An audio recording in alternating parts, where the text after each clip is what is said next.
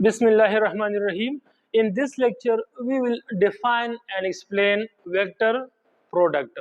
इस लेक्चर में हम वेक्टर प्रोडक्ट को डिफाइन करेंगे और एक्सप्लेन करेंगे, ठीक है। अच्छा, सो वेक्टर प्रोडक्ट या क्रॉस प्रोडक्ट क्या है? When two or more than two vectors are multiplied such that their resultant is a vector quantity, such type of product is called vector product. यानी अगर आपके पास दो वेक्टर हो और आप उसको मल्टीप्लाई कर लो और उसका जो रिजल्टेंट है वो एक वेक्टर क्वांटिटी आ जाए, तो इस किस्म को की प्रोडक्ट को हम कहते हैं वेक्टर प्रोडक्ट। कैसे? इधर देखिए, मेरे पास ये दो वेक्टर हैं, एक है वेक्टर ए, दूसरा है वेक्टर बी। इनको मैं मल्टीप्लाई करता हूँ तो ये मेरे पास हो जाएगा magnitude of A, magnitude of B, sine of the angle between A and B, and this n cap is the unit vector which shows the direction. जब ये डायरेक्शन को शो करता है, इसका मतलब ये है कि ये जो क्वांटिटी है ये कौन सी क्वांटिटी है? वेक्टर क्वांटिटी है। दस ये जो प्रोडक्ट है इसको हम नाम देते हैं वेक्टर प्रोडक्ट। यानी हमारे पास इधर देखिए ए और बी दोनों क्या हैं? वेक्टर हैं। इनको मल्टीप्लाई करने से क्या हासिल होता है? A B sine theta n cap. अब ये A B sine theta n cap ये एज अ होल क्या कहलाता है? वेक्टर क्वांटिटी कहलाता है। तो इधर देखिए, मैंने दो वेक्टर्स को मल्टीप्लाई कर लिया और इसका जो रिजल्टेंट है वो कौन सी क्वांटिटी आ रही है?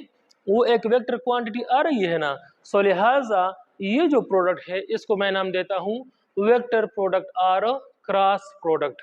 अब इसको हम क्रॉस प्रोडक्ट भी कहते हैं। क्रॉस क्यों कहते हैं? क्योंकि इसमें हम दो वेक्टर्स के दरम्यान जो मल्टीप्लिकेशन करते हैं वो इस सिंबल यानी क्रॉस सिंबल हम लगाते हैं और बी के दरमियान।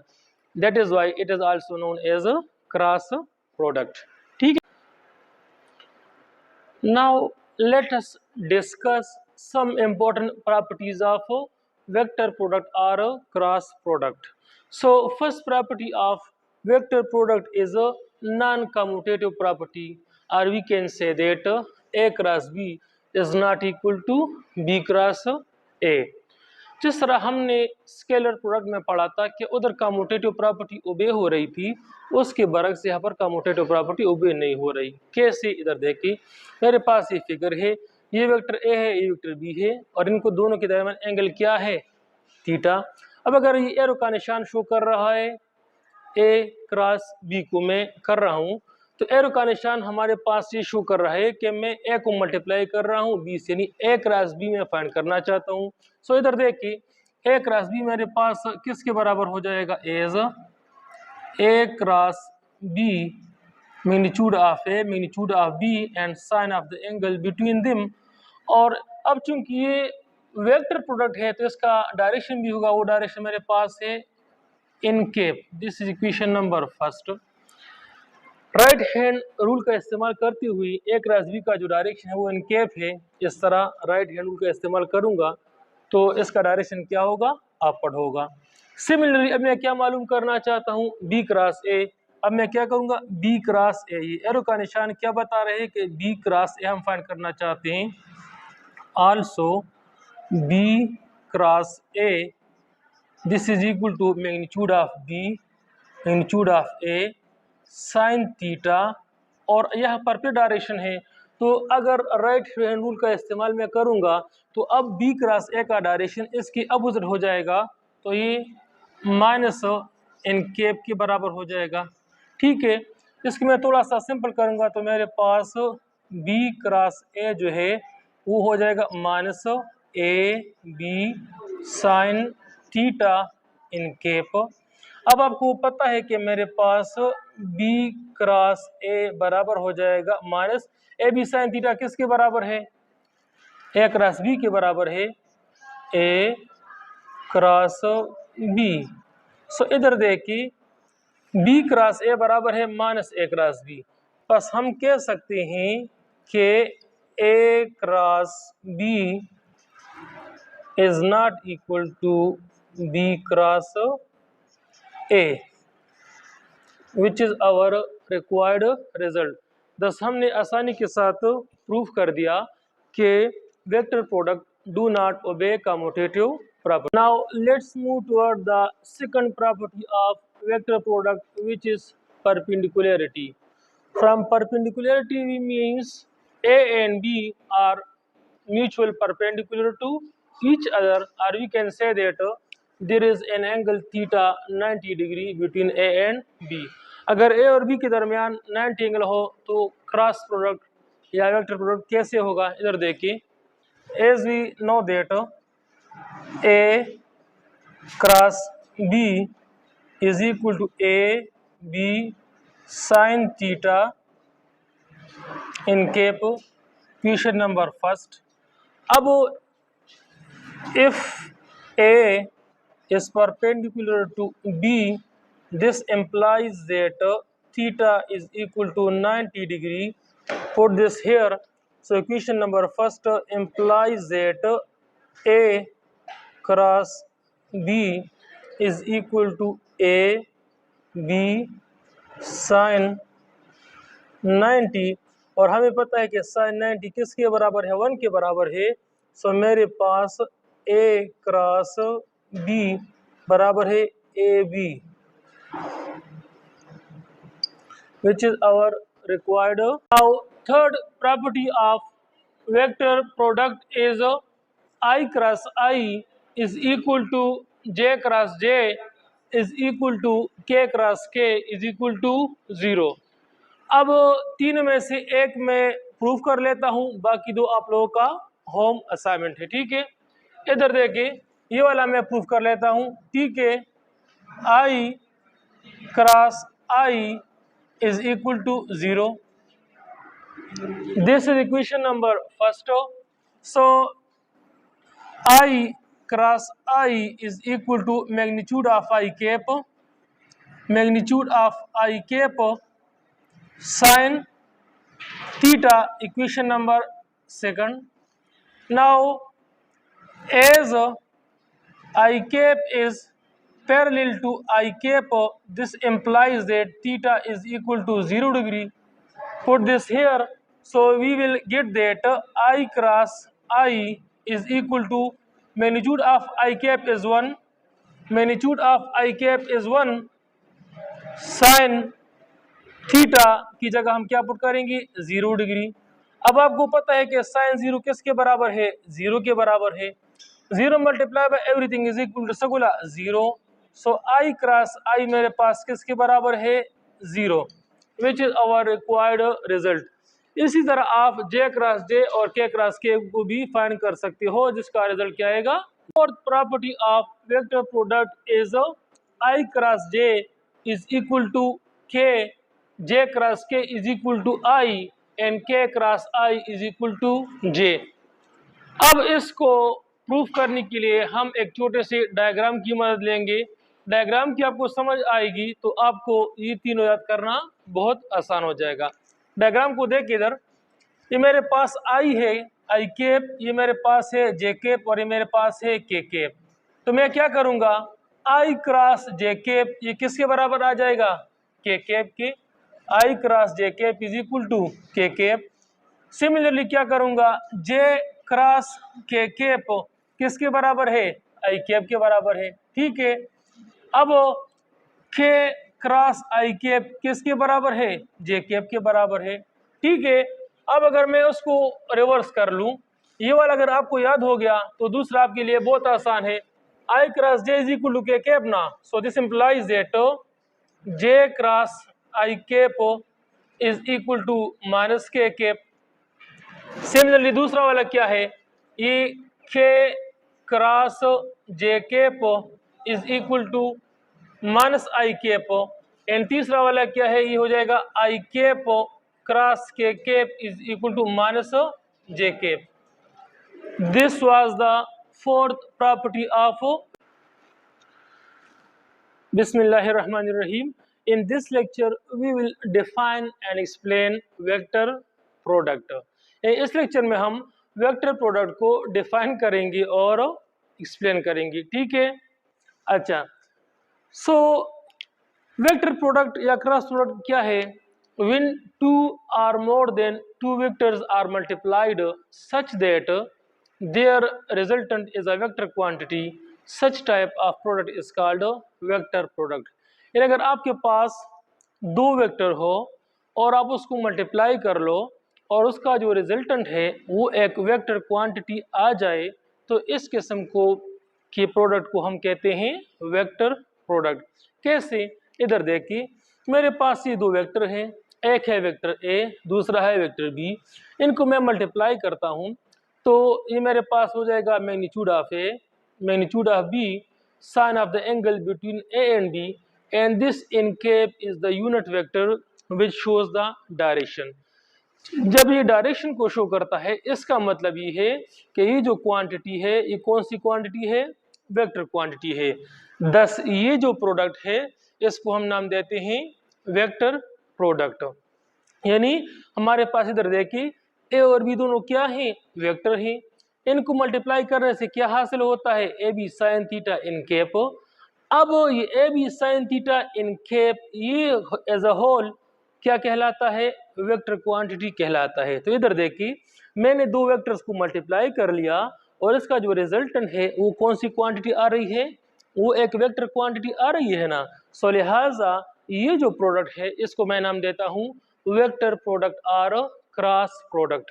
अब इसको हम क्रॉस प्रोडक्ट भी कहते हैं। क्रॉस क्यों कहते हैं? क्योंकि इसमें हम दो वेक्टर्स के दरम्यान जो मल्टीप्लिकेशन करते हैं वो इस सिंबल यानी क्रॉस सिंबल हम लगाते हैं और बी के दरमियान।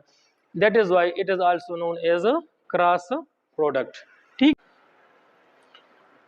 Now let us discuss some important properties of a vector product or a cross product.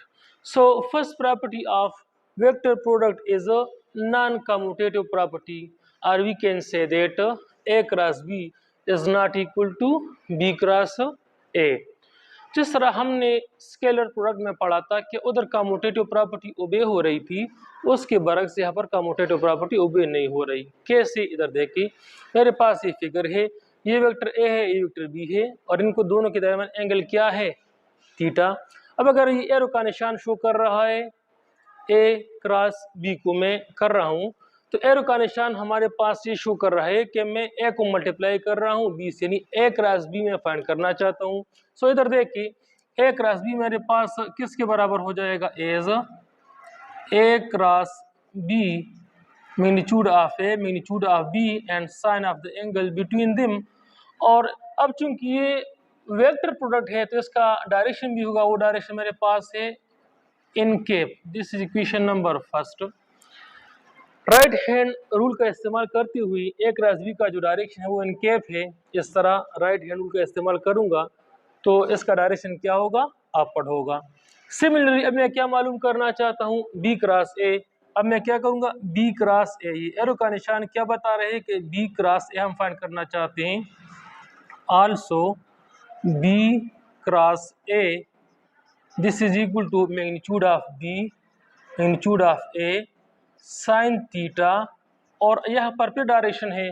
तो अगर राइट हैंड रूल का इस्तेमाल मैं करूँगा तो अब बी क्रॉस ए का डायरेक्शन इसकी अपोजिट हो जाएगा, तो ये माइनस इन केप के बराबर हो जाएगा। ठीक है, इसको मैं थोड़ा सा सिंपल करूँगा तो मेरे पास बी क्रॉस ए जो है वो हो जाएगा minus A B sine theta n cap. अब आपको पता है कि मेरे पास बी क्रॉस ए बराबर हो जाएगा minus A B sine theta किसके बराबर है? ए क्रॉस बी के बराबर है ए क्रॉस बी। सो इधर देखिए बी क्रॉस ए बराबर है माइनस ए क्रॉस बी। बस हम कह सकते हैं कि A cross B is not equal to B cross A, which is our required result. Thus हमने आसानी के साथ प्रूफ कर दिया कि vector product do not obey commutative property. Now let's move toward the second property of vector product which is perpendicularity.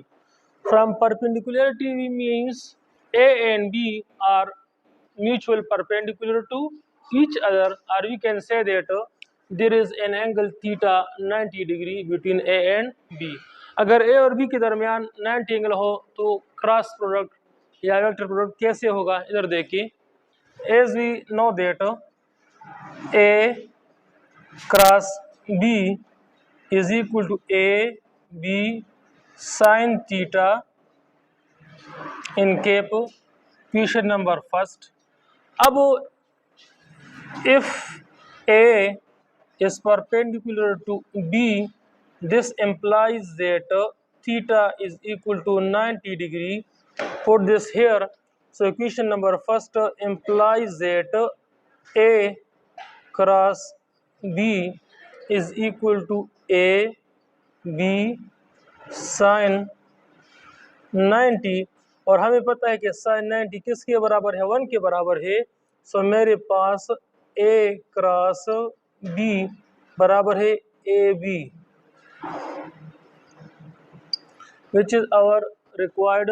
Now third property of vector product is I cross I is equal to J cross J is equal to K cross K is equal to 0. अब तीन में से एक मैं proof कर लेता हूं, बाकी दो आप लोगों का होम असाइनमेंट है. ठीक है, इधर देखिए, ये वाला मैं प्रूफ कर लेता हूं. ठीक है, I cross I is equal to 0. This is equation number first. So I cross I is equal to magnitude of I cap, magnitude of I cap sin theta, equation number second. Now as I cap is parallel to I cap, this implies that theta is equal to 0 degree. Put this here. So we will get that I cross I is equal to magnitude of I cap is 1, magnitude of I cap is 1 sin theta की जगह हम क्या put करेंगे, 0 degree. अब आपको पता है कि साइन 0 किसके बराबर है, 0 के बराबर है. 0 multiply by everything is equal to सगुला 0. सो आई क्रॉस आई मेरे पास किसके बराबर है, 0, which is our required result. इसी तरह आप जे क्रॉस जे और के क्रॉस के को भी फाइंड कर सकते हो, जिसका रिजल्ट क्या आएगा. Fourth property of vector product is I cross J is equal to K, J cross K is equal to I and K cross I is equal to J. अब इसको प्रूफ करने के लिए हम एक छोटे से डायग्राम की मदद लेंगे. डायग्राम की आपको समझ आएगी तो आपको ये तीनों याद करना बहुत आसान हो जाएगा. डायग्राम को देख इधर, ये मेरे पास I है, I कैप, ये मेरे पास है J कैप और ये मेरे पास है K कैप. तो मैं क्या करूँगा, I क्रॉस J कैप ये किसके बराबर आ जाएगा, K cap K. I cross J cap is equal to K cap. Similarly क्या करूंगा, J क्रॉस K कैप किसके बराबर है, I कैप के बराबर है. ठीक है, अब K क्रॉस I कैप किसके बराबर है, J कैप के बराबर है. ठीक है, अब अगर मैं उसको रिवर्स कर लूं, ये वाला अगर आपको याद हो गया तो दूसरा आपके लिए बहुत आसान है. I cross J is equal to K cap ना. So this implies that J cross I cap is equal to minus K cap. Similarly दूसरा वाला क्या है, ये K cross J cap is equal to minus I cap. And तीसरा वाला क्या है, ये हो जाएगा I cap cross K cap is equal to minus J cap. This was the fourth property of. बिस्मिल्लाहिर्रहमानिर्रहीम. आज के लेक्चर में हम फ्रिक्शन फोर्स को डिफाइन और एक्सप्लेन करेंगे. तो चलिए शुरू करते हैं. Now what is friction. Friction को हम उर्दू में कहते हैं रगड़. अब रगड़ क्या होता है गुलाम. ठीक है, रगड़ हमारे पास एक ऐसा फोर्स होता है जो कि अप्लाइड फोर्स को अपोज करता है. ठीक है, so we can say that the opposing force to the applied force is called friction force, or we can define friction force as the force which opposes the relative motion between two surfaces in contact is called friction force. friction force क्या है, ये हमारे पास एक opposing force है जो कि क्या करता है, relative motion को अपोज करता है. Between the two surfaces in a contact. अगर आपके पास दो सरफेसेस हो, एक दूसरे के साथ कांटेक्ट में हो, तो उसके दरमियान जो रिलेटिव मोशन होता है उसको जो फोर्स अपोज करता है उस अपोजिंग फोर्स को हम कहते हैं गोला फ्रिक्शन फोर्स। ठीक है गोला, फॉर एग्जांपल इधर देखिए, अब मेरे पास कोई कंक्रीट का एक ब्लॉक है और मैं इसको ग्राउंड पे रखकर इस तरह घसीटता हूँ। ठीक है, अब मैं इस पे फोर्स अप्लाई कर रहा हूँ। ठीक है, मैं उसको इस तरफ खींचने की, अपनी तरफ खींचने की कोशिश करता हूँ, लेकिन एक फोर्स ऐसा होता है जो कि मेरी अप्लाइड फोर्स को रोकने की कोशिश करता है या अप्लाइड फोर्स के मुखालिफ सिमत में एक्शन करता है। तो उस मुखालिफ फोर्स को जो कि मेरी फोर्स को अपोज कर रहा है या जो रिलेटिव मोशन को अपोज कर रहा है, उस फोर्स को हम कहते हैं गोला फ्रिक्शन फोर्स। ठीक है गोला, आसान है ना। ठीक है, अच्छा, अब ये फ्रिक्शन फोर्स कम भी होता है, ज्यादा भी होता है। कब कम होगा, ज्यादा कब कम हो, कम कब होगा, ज्यादा कब होगा, ये डिपेंड करती है सरफेसेस पे। अगर सरफेसेस की इरेगुलरिटी ज्यादा होगी तो फ्रिक्शन फोर्स ज्यादा होगा, और अगर सरफेस की इरेगुलरिटीज कम होगी तो फ्रिक्शन फोर्स कम होगा। ठीक है गोला, अब फ्रिक्शन को हम कैसे कम करेंगे, कैसे ज्यादा करेंगे, वो इसके बाद हम डिटेल में पढ़ेंगे। अच्छा, अब जो फ्रिक्शन फोर्स है उसको हम मैथमेटिकली डिनोट करते हैं सिंबल स्मॉल f से, और इसकी जो डायरेक्शन होती है this is opposite to the applied force. जिस तरह मैंने आपको एग्जांपल दी है कि फ्रिक्शन फोर्स जो है अप्लाइड फोर्स की अपोजिट डायरेक्शन में अमल करता है, so they are opposite in direction. ठीक था गोला। अच्छा, इसके बाद माइक्रोस्कोपिक व्यू ऑफ फ्रिक्शन। अब आपसे लोग सवाल पूछेंगे कि फ्रिक्शन फोर्स को तो आपने डिफाइन कर दिया कि ये रिलेटिव मोशन को अपोज करता है, रोकने की कोशिश करता है, अप्लाइड फोर्स को अपोज करता है, लेकिन सवाल ही पैदा होता है कि फ्रिक्शन फोर्स पैदा कैसे होता है। तो उसके लिए हमें माइक्रोस्कोपिक व्यू ऑफ फ्रिक्शन को गौर से देखना होगा, पढ़ना होगा। ठीक है, अब माइक्रोस्कोपिक व्यू ऑफ फ्रिक्शन क्या है बोला, जिस तरह मैंने बताया माइक्रोस्कोपिक निकला है माइक्रो से, और माइक्रो मेरे पास 10⁻⁻⁶ यानी बहुत एक ऐसी चीज जो कि हमें नेकेड आई से नजर नहीं आती, हम कहते हैं कि this is in the range of micro. ठीक है, स्कोप का मतलब होता है देखना, और इस व्यू का मतलब है नजरिया, और फ्रिक्शन फोर्स तो मैंने बताया है कि अपोजिंग फोर्स। ठीक है, सो अब माइक्रोस्कोपिक व्यू ऑफ फ्रिक्शन से मुराद क्या है कि अगर हम फ्रिक्शन फोर्स को माइक्रोस्कोप के थ्रू देखें, ठीक है, या उस नजरिए से देखें, तो हमें पता चल जाएगा कि असल में ये फ्रिक्शन फोर्स पैदा क्यों होता है। अगर हम किसी सरफेस को माइक्रोस्कोप के जरिए देख लें तो उससे हमें अंदाजा हो जाएगा कि ये फ्रिक्शन फोर्स असल में क्यों पैदा होता है।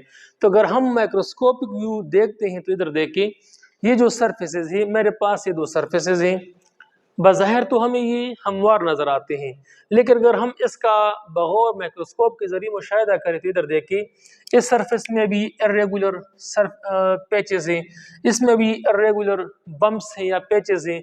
तो जब ये दो सरफेसेस एक दूसरे के साथ कांटेक्ट में आ जाती हैं, ये इर्रेगुलर सरफेस एक दूसरे में कूल वेल्ड हो जाती हैं, एक दूसरे में के अंदर चली जाती हैं, कूल वेल्डेड हो जाती हैं।